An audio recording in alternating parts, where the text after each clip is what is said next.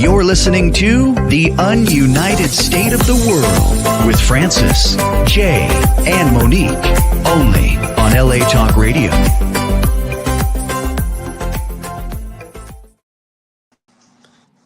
How's it going, Los Angeles? It's the startup. No, it's not. It's the Ununited State of the World. I was just pitching my other show. I got confused. I have too many podcasts, but today we are with Francis and Jay, and we are the Ununited State of the World podcast. This is episode 3, gentlemen. How do you guys feel about that? Hey! First time lucky. Right. Well, let's make our rounds around the room and reintroduce ourselves and tell us where everybody is. Francis, it looks like you're still in Thailand, so we'll start with you. Where are you at today? Yeah, I'm still over in Thailand. Yeah, 4 o'clock in the morning here. Oh, gosh. Usually it's 10 o'clock in UK for you for this, so we really appreciate your dedication to the conversation, for the collective. And how's Thailand? How's the good food? Are you Anthony Bourdaining it through Thailand? What are we doing? Yeah. Thailand's the same as it always is. It's hot and humid. A lot of the time it's overcast, but just wow! You open the doors and it just bang, the humidity hits you. And yet everyone's so busy here, flying around. You know, loads of people working outside, loads of construction going. Loads of female construction workers, which you just don't see in the UK. Loads and loads of them. Really? You know, work really. Oh yeah, work really, really hard. They've got all the gear on. They've got the helmets on. They've got the gloves. They're fully clothed, even in this heat. You know, to keep the sun off them. And everyone's trying to keep the sun off them. People walk around with umbrellas, but it's to keep the sun off their skin, not the rain off them. So it's and nobody wants the suntan out here. Everyone stays well out of the sun. So I mean, the rules are very different in this part of the world, that's for sure. Hey, women can do anything, so good for them. And if they're willing to sweat it out and they're good at their job, hey, I'm not mad. All right. I don't know if it's out of choice though. That's the problem. Oh, right. Well, that's the flaw in the plan, right? Okay. Well, it's good to see you, and thank you for your dedication amongst the time zones. Hopefully, it'll get more comfortable for you as we move further, and you'll be back at the 10 o'clock hour in the UK. Hopefully, having a nice spot of tea and whatever else you guys like to have over there, crumpets. All right. Francis likes espresso martinis. Espresso martini. Yeah, a little nightcap. A spot of tiffin in the afternoon. Spot of tiffin we have in the afternoon in the UK. I was going to say spotted dick, but I don't know how appropriate that is. Anyway, Jay, welcome back to the show. Go ahead and reintroduce yourself and tell us where you're calling in from today. Hey, I'm Jay Heckendorn Talinda, and I'm calling in from Orlando, Florida, from Windermere. And we just had a storm pass, so hopefully we should have some good weather here. As you can see, I sit in my backyard, and there will be no passerbys in the back. It's a private backyard. So anyways, just enjoying the weather here. We get these little storms that come in for an hour or two, and then they leave. It cools us down, and then we're good to go, and the season's almost done. So hurricane season, I think we have another few weeks on it, and then we're good to go. Oh, that's good. Yeah, visiting Jay in the past, because I've always just done like Fort Lauderdale and Miami, for work and travel. So seeing the inland part of Florida be not so sticky and so moody in the weather was refreshing. I was like, oh wow, there's a cool breeze here. And of course Jay rolled his eyes and cussed me out because he's like, not everything's Miami. But anyway, it was good to experience that. And of course, I'm Monique LeRae Stinson. I'm here in Laguna Beach, California, and we're here for episode 3. So we're going to get into it. And as we promised, we're not going to shy away from any topic, no matter what it is, because there's a reason why there's a lot of people that feel ununited in the world, especially in America, and Francis is representing the UK for us. So we're going to talk about opioids today, gentlemen. It is an epidemic. It is a problem here in the US. I can't wait to get the European and global perspective from Francis. But let's start with Jay. I also want to dedicate this episode to a friend of Jay's and myself who we lost to perhaps this situation. We're still finding out more information, and we want to respect the family's privacy at this moment. So we won't be divulging too many details, but we will say that we did lose someone. And I know, Jay, this was like a second son to you. So why don't you go ahead and make an intro to a memorial for Josh? Okay, and thank you for that. So Josh, his father is a golf buddy of mine, and we golfed several years ago. Well, we golf all the time, but several years ago, he introduced me to his son Josh, who was recovering from an accident and had a sketchy past with some addiction issues that he had cleaned up from and had been clean for a couple of years at that point. And he was very insecure because of his accident. He had some big scars on his legs, and then he had some numbness on one foot. So walking was a little bit difficult, and that was a consequence of the opioids that he had taken in the past. And now we go 18 holes, and I mean, he literally is having a tough time going down the terrain as we're walking the course. But man, he sucked it up, and we finished out a full 18 walking a course. And he looks and he says, I was shocked, and he says, "Man, I didn't really play too good today."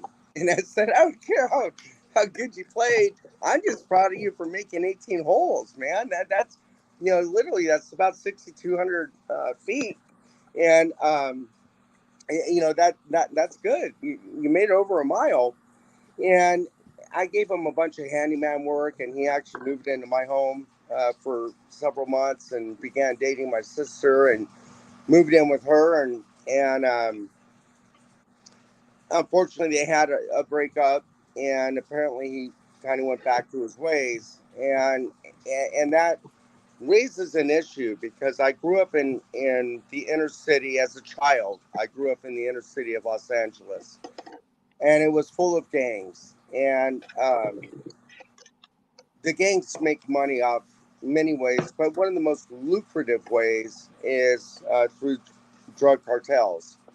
And it's amazing how complex those cartels are set up, and very accurate, but very ruthless at the same time. So they operate out of a fear, and it was difficult. They would build tunnels. They would take boats. They would, before the scanners that we have at the airport, they were able to smuggle in that way with a chance, right? But now our systems, say take TSA. TSA is set up to scan so many travelers in a given month. They're not, and they're going to be random scans. I mean, they're going to scan everybody, but there's random scans that are at the second level. However, what they're not equipped for is open border. Okay, those people are not going through scanners. They're not going through the same process. And there's too many. We don't have the staff at the Border Patrol to handle that, nor the equipment. So the best way is to limit the number of people that come across, right? So right now we face two issues. One, covering the span of land in which people can cross. Second, are centers in which people can be processed and filtered out, background check, things like that. And we just don't have that in place. And instead, they're just crossing through, and at the same token, receiving medical, housing, food, and depending on which sanctuary city they go to, alcohol and drugs. It really is like, it's like owning a glass company and hiring kids to go throw rocks through the window so that you always have a job. And that's the same thing. These people come Thank in with you. drugs and they get a sanctuary. Thank you for opening that up, Jay, and offering your perspective, because it's important, I think, with these conversations, no matter what we believe, it's important to really understand how someone got there. And it sounds like you have years of if you will, in the field experience. You lived in the inner city, which is a nice way to put you actually lived in the hood. You lived in South Central, let's just be honest. And we saw what it was in the 90s, and you were there during the Rodney King thing in two ways, and we'll get into that in another time. You had a very unique perspective because you were on the front lines in a building, and then when you went home to Simi Valley, you relived it there. So you have a really unique perspective on a lot of things, and there was a lot of things going on in that time. It wasn't just the drug war, it was a lot of tensions and multicultural interlinkings of that, right? And then celebrity on top of that. So there was a lot of things happening, but I really like that you are speaking about the injury part of this. Now, there's a film, I think I sent you the link. There's a show series, I'm a little late on it, it's called Painkiller. And it's exploring this family, and it ruined this family, right? Middle America, hardworking family, you know, blue collar, and the father gets injured, and he's taking these meds, and the doctors are in on it with, and this is a spoiler alert, but it's old. This show's about a year and a half, 2 years old. But the doctors are in on it, and the prescription gals come in with these cute little outfits to like lure the doctors into selling more scripts. And it really addresses this issue. Now it's out of control. According to our government, we have some government analysis here from the .gov. It's the U.S. overdose deaths involved prescription opioids from 1999 to 2022, right? So just 2 years ago. Drug overdose deaths involved prescription opioids rose from 3,442 in 1999 to 17,029 in 2017. From 2017 to 2019, the number of deaths declined, 14,139. And that was followed by a slight increase in 2020. And we can see why people were in their homes, probably feeling a lot of the feels. And there was about 16,416 reported deaths. What do we think about this crisis, and from your point of view in the UK, Francis, and globally, since you're representing Asia right now as well? Yeah, I mean, I've been watching some content on OxyContin. I mean, this is something we heard, you know, the opioid crisis we heard in the news, but I haven't personally been affected with anyone around me. Yeah, I believe there was a drug over there called MS-Contin, which was used for pain relief in hospitals to help cancer patients sleep in hospices, for example. And then the drug company that had that drug wanted to reach out to a larger sphere, as it were. And the three brothers were psychiatrists that owned the drug company. And it's just interesting that psychology comes into this, really, because it's all about manipulation, isn't it? Psychological manipulation as to how you can get more people to do something. Now, you're into the realms of psychology here, really. And the drug OxyContin that they developed went on to reach a much wider audience, because they invented a new term, using this terminology, which was a psychological manipulation. They were able to convince doctors to prescribe it to a much larger audience than the previous drug had been prescribed to before, and that's where you get these huge numbers of people that start taking this drug. And I think over time it became a recognised problem, and I think it was President Trump that brought this to the attention, and so the doctors stopped prescribing it.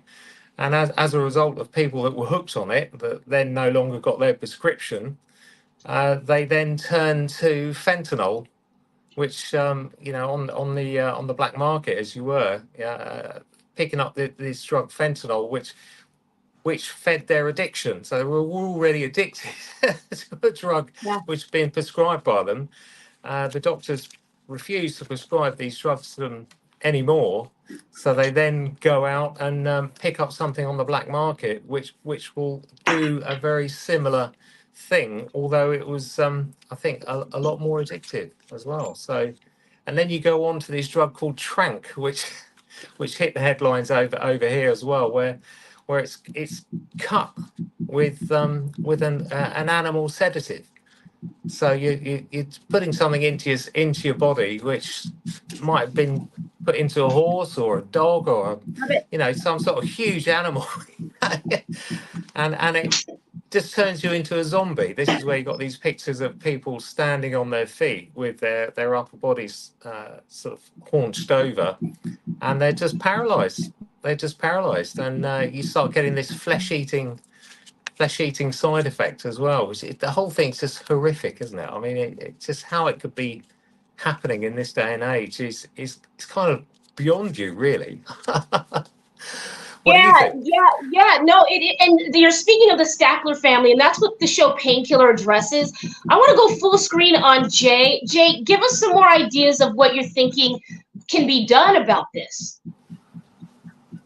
Well, going back to that, okay, so there was a documentary called Doped, and that was regarding the that opioid pharmaceutical company.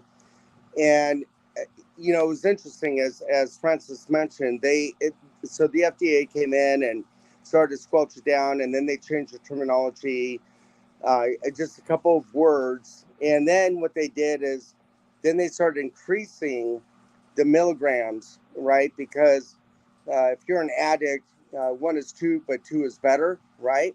And so, and then 3 is even better than 2, and that's kind of how that goes. And that was through pharmaceutical. The situation on this one with the fentanyl and the other illicit drugs that are coming in, they're not going through any processing, and the chain that they have to go through, it may come pure from Colombia or Ecuador or wherever it's coming from. But by the time it gets to the border in San Ysidro, that same drug has been sumped on with various chemicals, whether it's a laxative or I forget, there's a battery acid that they use, but they stomp it out. This thing is, so the only way to really prevent is to have a tight border.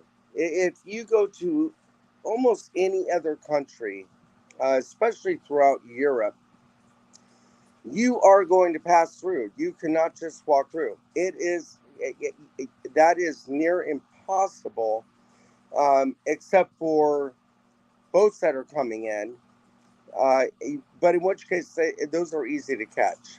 And here, it's not a matter about making new laws. It's about enforcing the current laws that we have, and then we've got to use some common sense.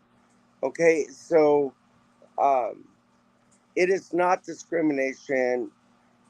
There's a process for asylum, and there's a process to get whatever type of visas you may have, and of course it requires background checks. But in order to do any of that, everybody must be funneled through certain channels, just like they came through Ellis Island back in the day. Today, there needs to be certain channels, and everything else needs to be blocked. You cannot. The United States is like 50 European countries, so you cannot possibly block every perimeter around the United States because simply because of the mileage and the terrains, and so there's got to be ports of entry. Listen, we can all agree that, I mean, I'll just say I'm the resident Democrat here for for many reasons, but this is the way I look in the world, and certain things affect me differently. No excuses. I make things happen, but I'm a Democrat for those reasons mostly. But I will say the Democrats I know and how I feel, we definitely want to have our borders be how they're supposed to be, right? And if people are Wait, coming in with the what do you what? mean?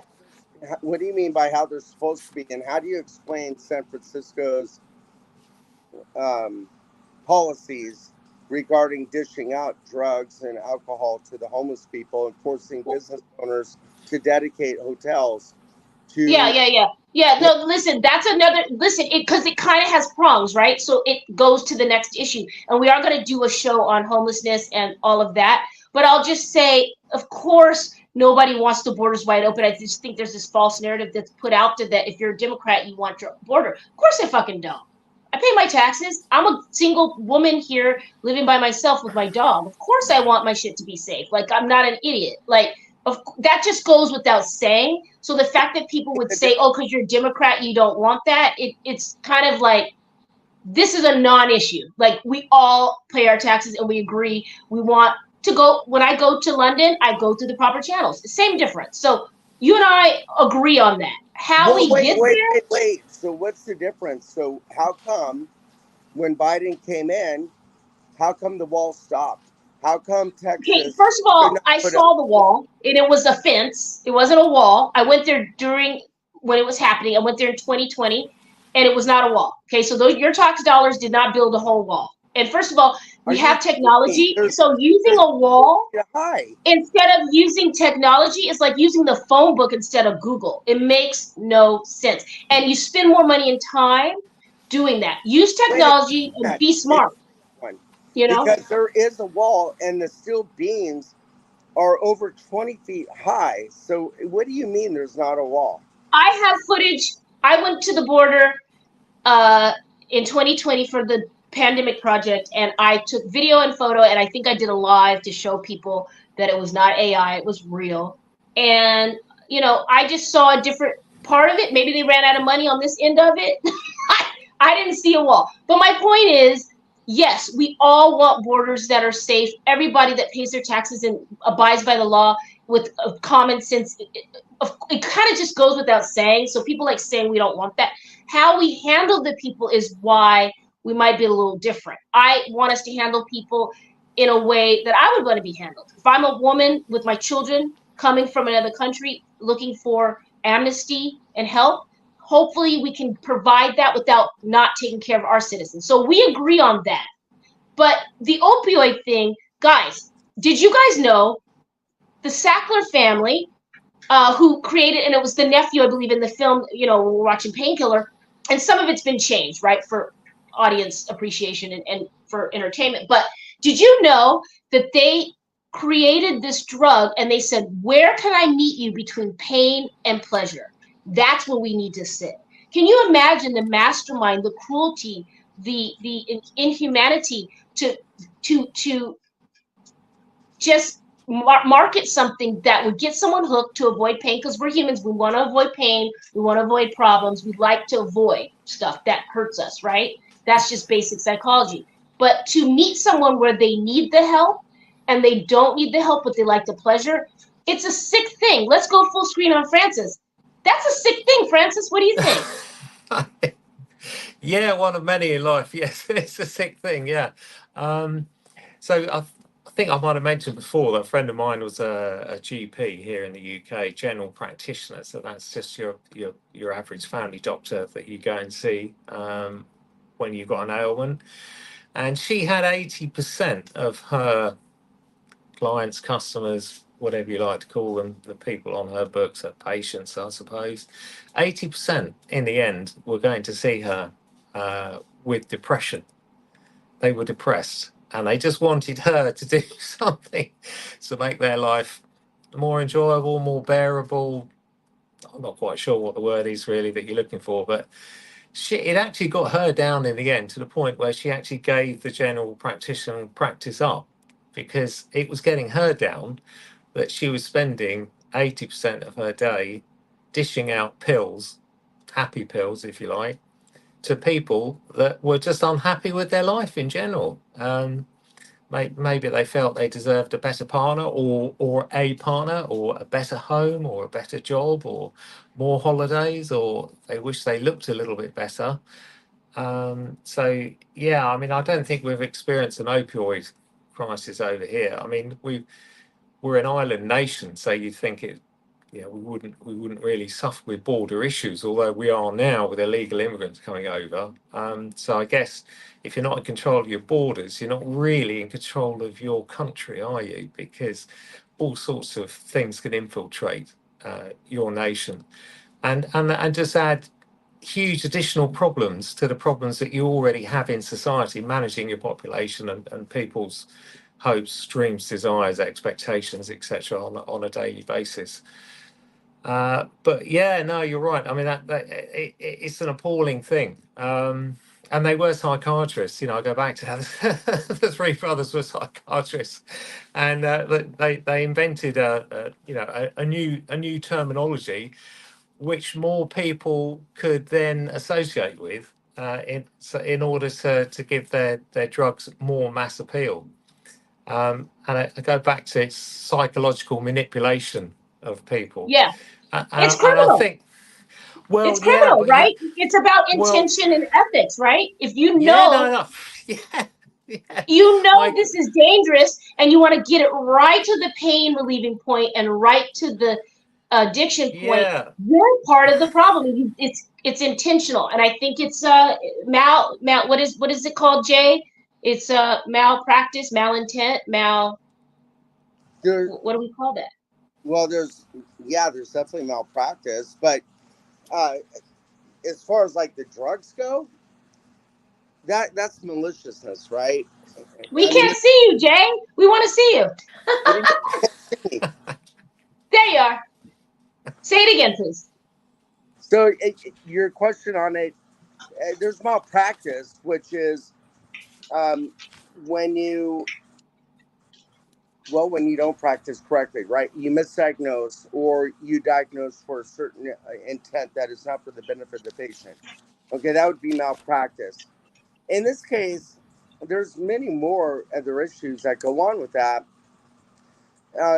So, I mean, there's got to be at least 20 different charges that go along with that. In Sure. this case, I think they brought them down with Rico, if I remember right. And then the owners of that company, they took off to Europe, actually, to try to evade. And that's what happened there. In this Yeah, case, no, they actually reached a settlement in 2022. I think I it's know to the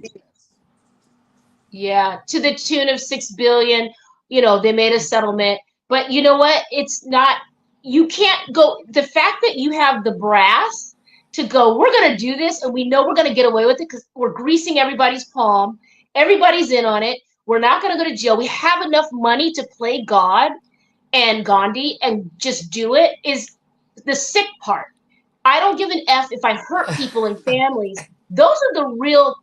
I kind of am more upset with them than I am people trying to cross the border. Like, at least they're just trying to get a better life. I mean, you should get in line and not cut. I'm not really mad at you for trying to, save your children.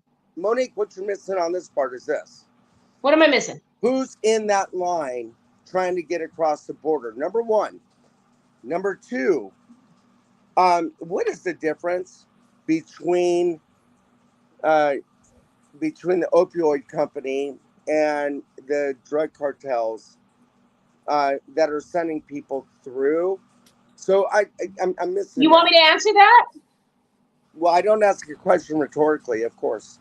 Okay, well, everybody's still learning your personality here, darling. But yes, I'm no wizard. I'm not, versed on the gangs and shit. I'm not a psychologist. I'm not a drug person. But I will say, the difference for me is the intent, the malintent to hurt and harm, to make money, using your skills and targeting innocent and sensitive people that could be otherwise. They need your guidance, and you've used your powers for evil. You intentionally don't give a damn if you're going to kill somebody to make your money, and you know you can get out of it because you got enough money to get out of it. That pisses me off. Now, someone coming from another country that doesn't have the money or the paperwork, and they're trying to save their children from a dictator or the rape or fucked up things, my heart is a little bit more with them. All right, let's put them in. Let's put them here. Let's assess if they can come here, and let's see what we can do. Let's not put our citizens last, but let's also think about this mother with her children and see what we can do. Let's just see Okay, what we can do. I am sure There's a difference Francis, there. Francis, Someone let's coming talk for this. you I is, just want to you know, say Okay, you're under attack from two areas. You're under attack from upstairs legally through Big Pharma, and you're under attack illegally yeah, downstairs coming up at you through yeah. It's drug like this. cartels building their Yeah. own distribution networks, selling And I'm not selling. saying the cartels. Listen, I don't want to talk too much about the cartels. Like I said, I don't want no problems. But all I'll say is that I am not as, some might argue this is used to be Mexico. Some might argue this used to be Native American land. Some might argue that it got stolen through rape and pillaging. Some might argue that the government owes them some money. Some might argue this is my area. Y'all took it and stole and raped and pillaged. And you might find some people who still feel like this is, they have the right to do this because their people haven't been done right. who's their Well, Perhaps. I'm not saying it's okay. who's their yeah, people? It's No, no, no, I'm no. not saying it's okay. That might just be their opinion, though. Some Mexican Americans might feel like this is still Mexico, and y'all didn't pay what you should have paid. yeah, but I don't think it matters. Sort of, you're just one massive I don't target know. now, aren't you? You're one massive market. You're the largest consumer market in the world, I Oh think, yeah, still no. Listen, currently, in anybody terms of, of, of, targeting. of capita per head, spending money. So you are a massive target for drug cartels. You're a massive target for Big Pharma. The money involved in from upstairs and downstairs to these attacks is huge. It's colossal. It's off It's the so much chart. so that they're It's gonna like, make it and know they'll never yeah, spend a day in jail. It's so much life money changing. they Yeah, know they yeah. can pay their way out, and they're willing to do it. Well, that's right. Yeah, I find that more yeah. evil than someone saying this used to be our land and y'all raped and pillaged and took it, and we are just gonna do what we gotta do. I'm not saying that that's better, but I understand how they got there. But if you're hurting Those are two children and different. adults that don't have free will to choose if they want to take drugs, I have a problem with that. If you're a grown up, you pay your bills, you want to have a little fun on the weekend, you want to do a little drug. I don't know if I have a problem with that as long as it doesn't hurt anybody and you have your ducks in a row. So if something happens to you, you know what I mean? But what do you Well, think, no, Jay? I don't, because once you do that little drug, it's kind of Yeah, fun. Just like that yeah. movie you're just talking about, Painkiller, right? And then all of a sudden you want to have fun on a Monday. And maybe it was a tough week and you want to have fun on a Wednesday. And maybe, oh, it's Friday now. God, I Yeah. made it through the week. Now I want to have fun on Friday. Well, now it's Saturday and Sunday. Well, hell, it's the weekend. Let me have But fun. what's the difference between that and alcohol? I mean, I drink wine a lot. If anybody knows me, I drink a lot of wine. Okay, I am a wino, but I don't drink and drive, and I have a wine startup, and that's just what it is. I love wine. But the difference, that's a drug too. The difference is that's legalized and controlled to a point, right? Yeah, But and what's the taxed as difference? well. Taxed as It's well. daddy's making his money. Let's just say what it is. Yeah, yeah, What's yeah, the taxed as difference? well. Oh, there's a lot of differences. I'm not saying that the addictiveness is different. What, and actually, I correct myself. It is. The addictiveness is much different between wine, and then they call marijuana a gateway drug, and then marijuana Right. brings you to cocaine, and then that brings you want something stronger, and then you want Yeah. something stronger, right? So there is a difference in the addictiveness of each type of addiction, right? And by the way, I want to expand. Addiction takes many forms, and I did study psychology. So you have shopping addiction, sex addiction, work addiction, yeah, right? A workaholic. You have that one. You have the work addiction. I know you too well. I'm an addict, and I'm addicted to work. Takes one But to know one. but their addictions come in many forms and at many different levels. And there's a reason that those cartels and the pharmaceuticals make so much. And here's how I put it, because I like to reduce it down to the core, is it doesn't matter if it comes from a white coat, meaning a doctor, or if you get it from some guy off the street.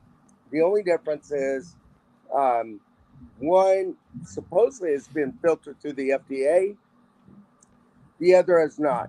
Both of them make so much money that it doesn't matter So we need to regulate that.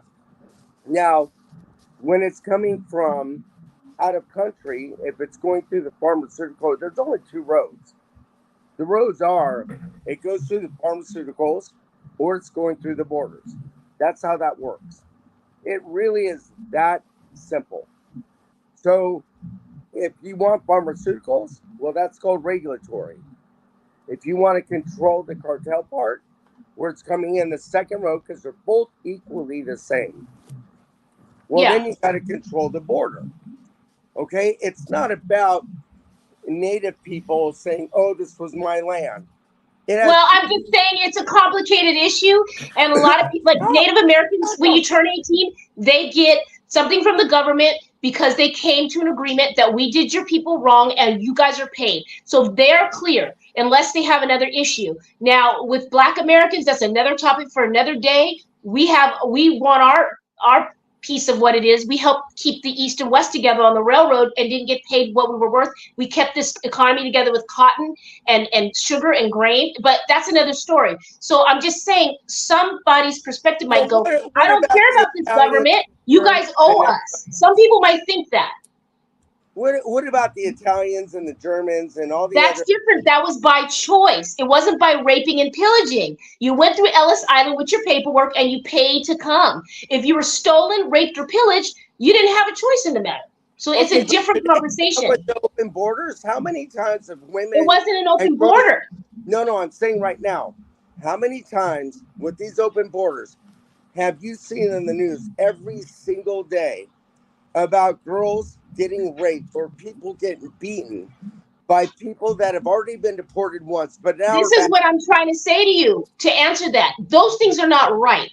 But a lot of people who live here, that lived here before Europeans came here, okay, hold on, I'm just answering you. Feel like that process of y'all taking it over was by raping and pillaging. Some of them don't care. I'm not saying that that's right. I'm just offering you another perspective that's hard to swallow. Some people feel like you got the United States off raping and pillaging and illegally. I'm not this light-skinned because they had a Bumble app and my grandparents decided to date a white guy.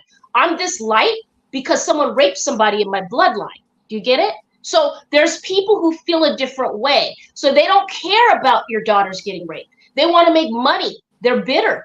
I'm just offering you another perspective, and I know people are going to come at me. The girls getting raped, the girls getting raped today, I'm talking, if you listen to it, my question was, from the people, the people that have crossed illegally multiple times, have violent criminal records, are actually being sought after. So, and then they commit more crimes, right? Then there's no bail. So there's no bail. So then they get released within hours. Then they're back on the street, and then they commit more crimes. Then they finally get deported. Then they come right back in. Okay? Guess who made those rules? The no bail rules? Oh, the Democrats. Yes. Okay, so Jay, cite your source because I want to know more about that. Hold for a minute. We got passionate. I apologize. I'm going to shut up and let Francis chime in here a little bit. We just have a few more minutes left. Francis, what's your 30,000-foot perspective from this? Over the point? So I've heard the FDA mentioned a couple of times in this conversation, and I've talked about some psychological manipulation, and I believe the idea of psychic tension was the one that was introduced to enable doctors to prescribe this drug to just about anybody. This is a sort of a generalized terminology that was introduced at a doctor level so that he could just tick the right box. Oh yeah, that's psychic tension. Oh yeah, that comes under psychic tension. So all of a sudden their sales of this drug just rocketed. The money that they were making was like hundreds and hundreds of millions of dollars. Huge bonuses being paid out to salesmen, revolving door jobs given to people maybe at the FDA and other bodies, like we still see in big pharma today. We see people that are on boards that help decisions for drugs that come to market and they end up 2 years later going to work for the pharmaceutical company that makes the drug. But have we learned anything from this? Have we learned, is this just being rinse, wash, repeated now? Have we learned anything for this? Because I would say that, during COVID-19, that we were psychologically manipulated. Here in the UK, there's a government paper that basically outlines that fear, shame, and guilt can be used to manipulate people to go and take an experimental gene therapy vaccination that the FDA gave emergency authorization to. And Yeah, we were manipulated to take that again. So nothing's been learned, has it? Big Pharma made their billions again. What's the next one going to be? Because this, it's a in good my eyes, point. this has happened twice. We're talking about the Well, it's opioids, but happened more than that. yeah, We have the Tuskegee experiment where they tested things out for chlamydia on black men in America. We have a lot of yeah. things that the FDA was testing, and we still see it in other brown areas in the country, right? Like they test things out. Now, we want to just put a disclaimer here that this is all our opinions. And these are speculations that we've gathered information in our life experience. We are not coming for any organization. We're just having a free thought here. And I also want to say you should always question how things get passed. Let's shift just a little. Hold it for a moment. Let's shift just a little, and let's talk about the supply and demand here. And I know, Jay, you're really good at this in your business, supply and demand. Both you, Francis, as well. But we have to hold a little self-accountability here, right? Like, yes, there are dirty doctors, there's script doctors, and there is the other element of the external border issue. But, there's a lot of borders here. It's not just Mexico, right? Last time I remember, folks that hurt us came through the Canadian border and flew some planes into our goddamn buildings. So, we got to keep an open spectrum here. But I will say, what say you about the supply and demand of people? Because there's no supply if there's not a demand. So do we have a personal responsibility for the drugs we want to consume, or are we just sitting ducks? Jay, what say you? So I actually spoke on this yesterday. It starts with education. And Francis, I think I sent this to you too, right? Starts with the education. I think in our education system, it needs to be revamped. We are so far behind, and we're focused on all this woke crap. But when it comes to, there is no mental health. So you've got physical, which they don't have PE anymore today, like we used to have, where you run around track, you do your push-ups, your sit-ups, you change in, you change out, and then you go to your next class. No. So you've got physical. You have emotional health. Okay, what psychology class is there at a high school level? Like, you need to start, if you're going to teach kids about transgender, you better start teaching them some psychology in like first grade. But they're too young. The frontal lobe is not even developed until 7 through 12 years old. Okay? And so we need to revamp our educational system to incorporate emotional, mental well-being. And obviously you've got to control the drugs, because the snag is, if you ever listen to NWA, dope man, right? Once they get a taste of it, then you're done. So you got to control that, but you also have to educate the kids. In addition, it's like gangs. Why do kids join gangs? Because they don't have a strong family life. They want to belong to something. They want to feel needed, a part of something, respected. Okay, why do they do drugs? Because it makes you feel good. Because they don't know another way to feel good. They don't know how to process emotions. So if you teach them, if we incorporate some emotional, mental, psychology, physical, which is necessary, everything you consume is what you are.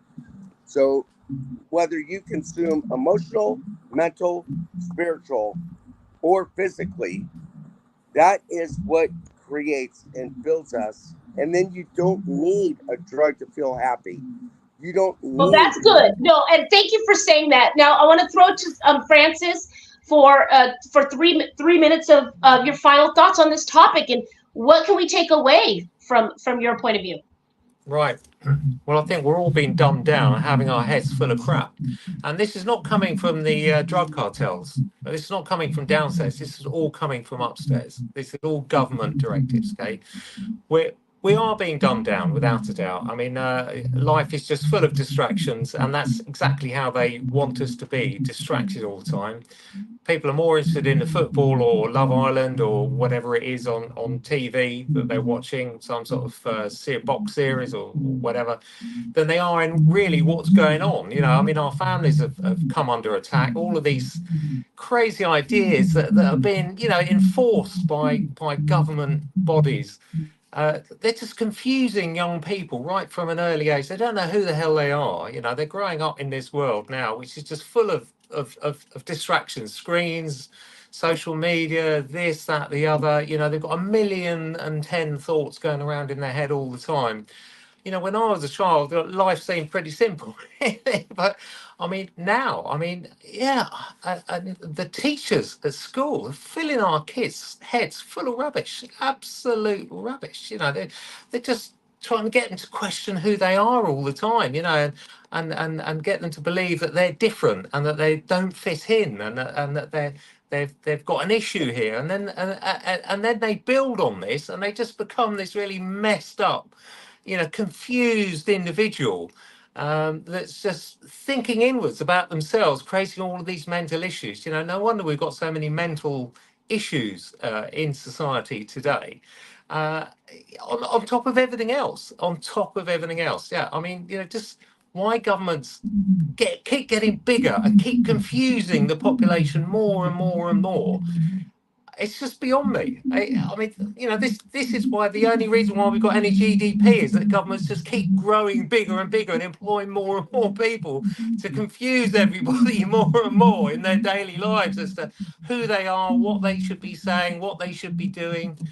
And yeah, it's just crazy. You know, Yeah. It's just this like crazy loop just going round and round. It's not No, going thank you for anywhere. putting. Not going anywhere. You know, they're Yeah. going to end up having more and more drug dependent people that are just confused and just redundant in society. You know, not producing anything, but just a drain on everything. And again, that's what they like, isn't it? Because it just means that government just keeps getting bigger. They just keep taxing the population more and more and more. And yeah, I mean, it's a road to nowhere. It's a road to nowhere. We're Well, all and going in the thank wrong you for. direction at the moment, as far as I can see it.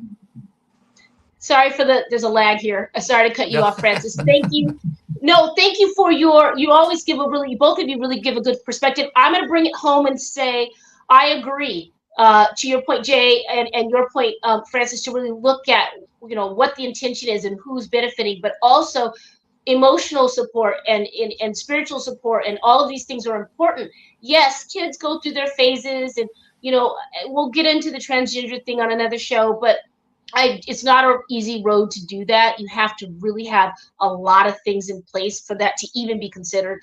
And I think it's important that we realize we understand science, right? We understand that we have both genders genitalia when we're in the womb, and that, you know, sometimes nature is imperfect and imperfectly perfect, right? So, you know, there's a many different ways to look at this, but I'm grateful that you guys brought these points home, and that is to really look at yourself and be responsible. Like, what are your needs? Can this be, you know, eased with spiritual help? Can this be eased with having a social life and a community? What does your family dynamic look like? You know, I'm under a lot of pressure, and I got a tattoo yesterday, you guys, for my spirit. Like, that was my ink therapy, you know, like I'm here by myself, so it feels, you know, it gets hard sometimes, and it's okay to say that. We want to thank everybody for being here. Jay, you have 30 seconds to close this out for Josh. You have 30 seconds. Go.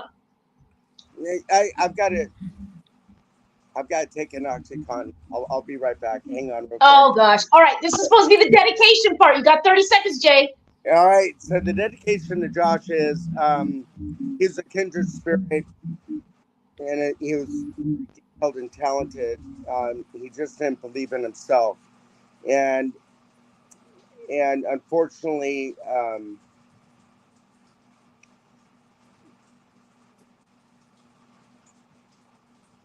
I can't talk. Go ahead, Francis. No, that's Yeah, I mean, okay. I I could see just it want to means a close lot. it out here. Yeah. We love you, Jay. We love you, Francis, and we love you, Josh. You guys Yeah. be Yeah. well. Thank you for being vulnerable Yeah. with this, Jay. The Ununited. We'll be here next week, okay? Be well. Yeah. Okay. Be good, be strong. You're listening to The Ununited State of the World with Francis, Jay, and Monique, only on LA Talk Radio.